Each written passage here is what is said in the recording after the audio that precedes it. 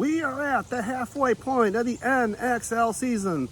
So this week on Old Guy Video, we're going to do a recap of what's happened so far and review where things have been and where they might, and look forward to where they may go. Hello everyone and welcome to my channel. My name is Craig and I am your host. Another beautiful summer day to sit outside. The wind's kind of picking up, and so hopefully you can hear me with what's going on. This is kind of a little unexpected, but can't pass up sitting outside on a beautiful summer day. It's been a good season for the NXL so far. Paintball Fit charged out of the gate, winning the first two events, following up last year's World Cup victory, and Russian Red Legion took the last one in Cincinnati. Never can count out Red Legion. They're a solid team, and who knows what's going to happen here in the future, but we're going to talk about that here in a minute. Overall, right now, I think most people have been pretty happy with the fields and the events so far. The weather has been pretty darn good, and other than Atlantic City, there haven't been too many complaints about the paintball field conditions. Now, I know there were some issues with that, but, you know, every year the NXL looks to move around, and, you know, who knows, that might move here in the future. But a lot of people, you know, there's been some concerns about that one. But other than that, I think most people are happy with the venue so far. And we'll see how it works out here going forward.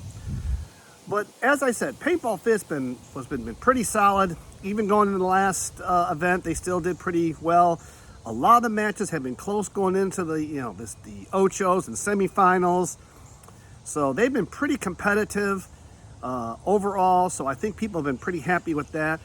But the only complaint other than that is the last events, you know, the way the field setup was, the points were very long and not a lot of action. That might be the only other real issue I've seen, but that was just a different field, and you got to experiment with that stuff. But I think it's been, you know, people have been happy. I've been happy with it. I think that, you know, there've been a lot of competitive matches, and but, you know, like everything else, we've seen several, you know, unfortunate mercy rules and some literally tight matches that have gone into overtime. But it's been a good balance. So, you know, I don't know what more people can really ask for. They've done some experimentation with this 3 versus 3 thing that was done at the Midwest Open that led to an ESPN event. Again, I'll be talking that 3 versus 3 in the future with NXL, Major League Paintball, going forward. That'll be upcoming here in a video in the future. So you want to make sure you hit that subscribe button so you don't miss out on any of my upcoming content. But let's delve right into it. The top 5 in the NXL point standings in the pro division right now are Paintball Fit is number 1 with 550. Red Legion right on their heels at 534. Third is San Diego Dynasty at 487. Fourth is Edmonton Impact at 424. And Tauntaun FSU is 5th at 422. Pretty tight battle. I would say your season winner is probably going to come from that. Barring a major collapse in an event, I don't know if anybody else in the mid-pack, as I call it, is going to catch them.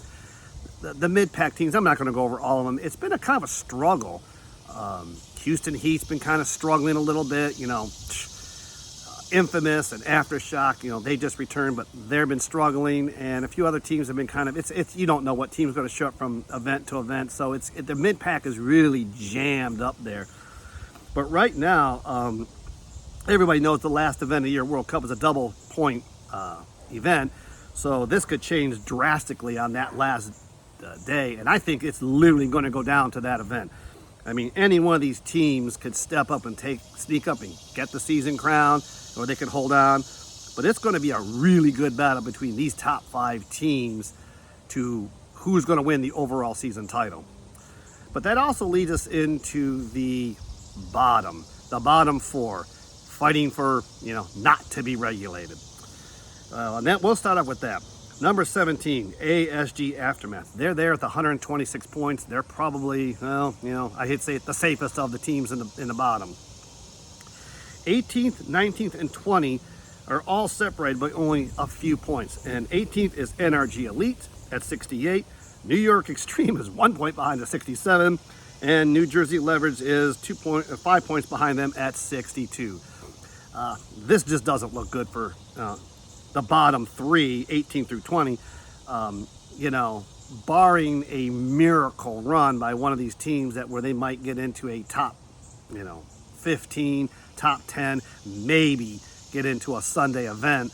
I think, you're basically seeing a three-way battle for who's going to get relegated to semi-pro. I think Aftermath is a little bit safer. They're twice as many points, but again, anything can happen going into the second half of the season. It's bad for Leverage. They just won their first match, I think, at the Midwest Open, and they are struggling. Sea Dogs is, I think, at 15.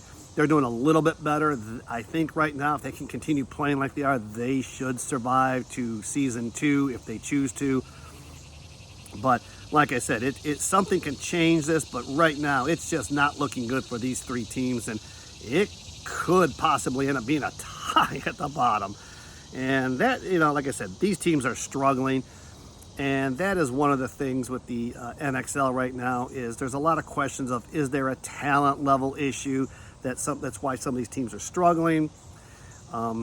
Is that why they're experimenting with the 3 versus 3? I'll cover that, like I said, in another video, a little more in depth. But yeah, there's definitely some issues. And we've always known that outside of Paintball Fit, pretty much every team that's moved up from semi-pro has struggled at some point or some level. And, that's kind of leads to some questions too. Is that really, it's great that they give this team a chance to move up, but it seems like outside of one team in the past, 5 years has really struggled to hold on to pro paintball. And most of them have either sold their positions after the second year, possibly third, and they just realize how tough it is. It's not easy. But this is going to be an interesting battle on both ends of the spectrum going forward to see who can win and who doesn't get kicked out. But let's address the semi-pro. Semi-pro is a lot harder to kind of get a read on right now because not all the teams have played all the events. So this literally will come down to the last games. Right now, BR Factory is leading semi-pro with 292 points. Wildside is second with 265. New York Wrecking Crew is right on their heels at 261. And on their heels is LA Collision at 259. And on their heels is New Jersey Jesters at 255 and a half.